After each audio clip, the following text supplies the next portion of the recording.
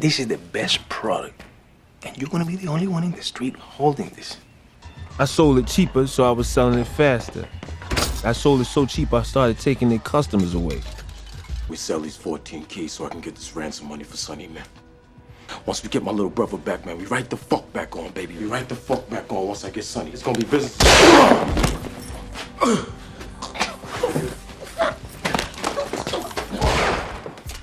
What if I told you that one of the most celebrated crime films of the early 2000s was never intended to glorify drug dealing, but instead serve as a warning about its devastating effects on black communities?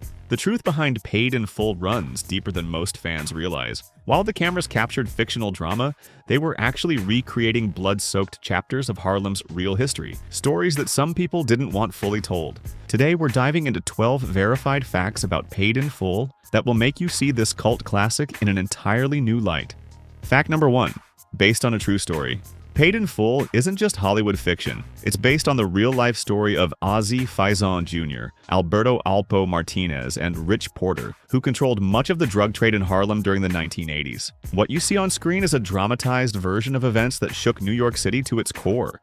The trio became legendary figures in Harlem. Azie Faison, portrayed as Ace, Rich Porter, portrayed as Mitch, and Alpo Martinez, portrayed as Rico. Their story has been mythologized in hip-hop culture through numerous songs and references before this film ever hit theaters.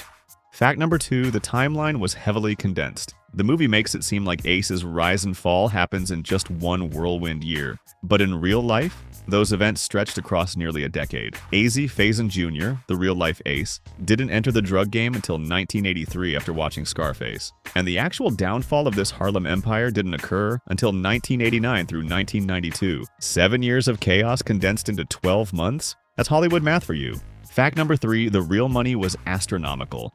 The authentic Ace Boogie wasn't just doing well, he was pulling in $100,000 weekly at his peak. We're talking over $5 million annually. No wonder he inspired not just a film character, but even a future rapper decades later, a Boogie Wit da Hoodie.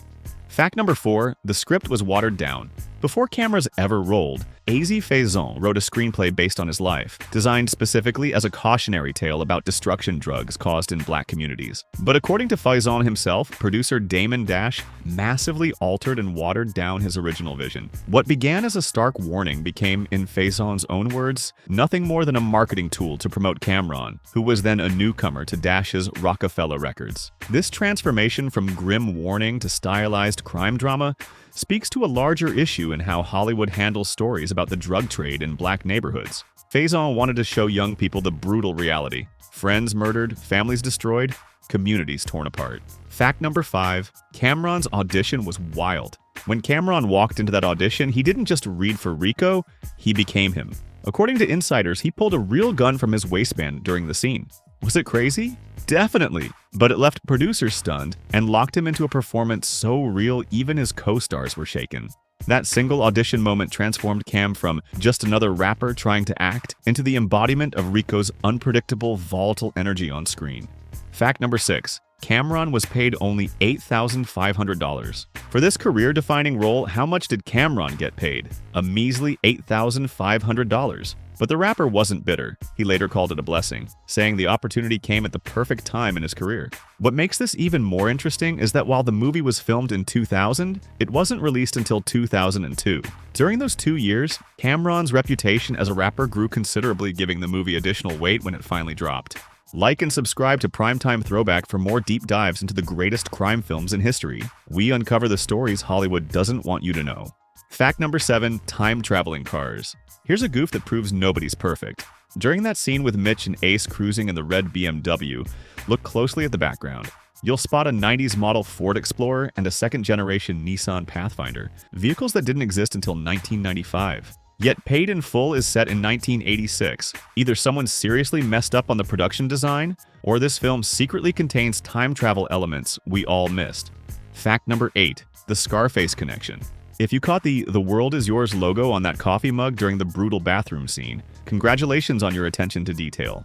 That wasn't a random prop choice. It was a deliberate homage to the 1932 Scarface, which was itself remade by Brian De Palma in 1983.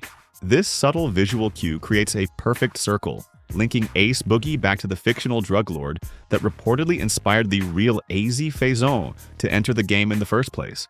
Fact number 9. Kanye's silent endorsement.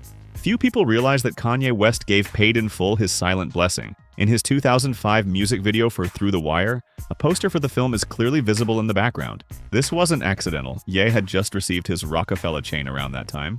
The poster served as more than set decoration. It was a symbol of loyalty to the label, a visual shout-out to the empire that helped build his career, and acknowledgement of a film that captured the essence of street ambition. This connection highlights how the early 2000s represented a pivotal moment when hip-hop was fully transitioning into a dominant cultural force. Paid in Full was one of Roc-A-Fella's earliest major film ventures, releasing just as their influence was expanding beyond music. Fact number 10. Sequel rumors. In 2022, Cameron told Pandora's J1 that a sequel to Paid in Full was in talks, but the fan community remains divided. With key characters either dead or compromised by the end of the original film, a sequel would need to delicately balance honoring the original while avoiding fantasy. And let's be honest, can Rico really return after what happened? As his character famously said, "I ain't snitching on nobody from Harlem, but I'll give you some cats getting busy in DC." With that line alone, the legend of the confidential informant was born. And if you thought this story was wild, wait until you hear what happened on the set of Carlito's Way, our next deep dive into crime cinema's hidden history. Bonus fact number 11. Wood Harris almost turned down the role. This fundamental change explains why Wood Harris, who portrayed Ace, nearly turned down the role. In a 2019 Vibe interview, Harris revealed he was hesitant because he feared the film might romanticize drug dealing. Coming fresh off positive roles like in Remember the Titans, he didn't want to glamorize street life. Only after reading the complete script and understanding its potential message did he agree to participate, though still with significant reservations. "We need to show both sides of that life," Harris reflected years later. "Not just the money, but the trauma too." Bonus fact number 12. Faison's uncredited contribution. In early drafts of the screenplay, Azie Faison Jr. was listed as a credited writer. That makes sense. The script was originally based on his autobiography and extensive interviews, but once the script underwent reworking by the production team, especially under Damon Dash's direction, Faison's credit was significantly downplayed. This erasure explains why Faison finally released his own docu-series called Game Over in 2007. In it, Faison recounts the night he was ambushed, shot 9 times, and left for dead, all because someone in his own crew flipped. These aren't just deleted scenes. They're the parts too real for Hollywood. The docu-series reveals how the streets turned on him after he left the game, with former friends becoming his most dangerous enemies. It's the raw, unfiltered truth Faison always wanted audiences to experience. Paid in Full didn't just tell a story, it captured an era. It showed how the cocaine epidemic ravaged urban communities while simultaneously creating a new class of young black millionaires. The film presented this dichotomy with unflinching honesty, even if it wasn't exactly the cautionary tale Azie Faison originally envisioned. 2 decades later, it remains required viewing for understanding both hip-hop culture and the socio-economic forces that shaped America's inner cities during the Reagan era. Its influence reaches far beyond cinema, into music, fashion, and street culture. What makes Paid in Full endure when so many other urban crime dramas fade into obscurity? Perhaps it's the authenticity that bleeds through despite Hollywood's polish, showing the allure of quick money without ignoring its devastating consequences. If these stories hit you like they hit us, make sure to smash that like button, drop your favorite Paid in Full moment in the comments below, and subscribe to Prime Time Throwback. We bring you the untold stories behind legendary films, the ones Hollywood tries to bury. Stay tuned next week when we dive deep into the shocking behind-the-scenes drama of another crime classic. Trust me, it's a story you won't want to miss. Oh, and remember that red BMW Ace drives? The real Azie Faison says he never even owned one. He preferred staying low-key in a hoopty, because flashy cars attract flashy problems and police attention.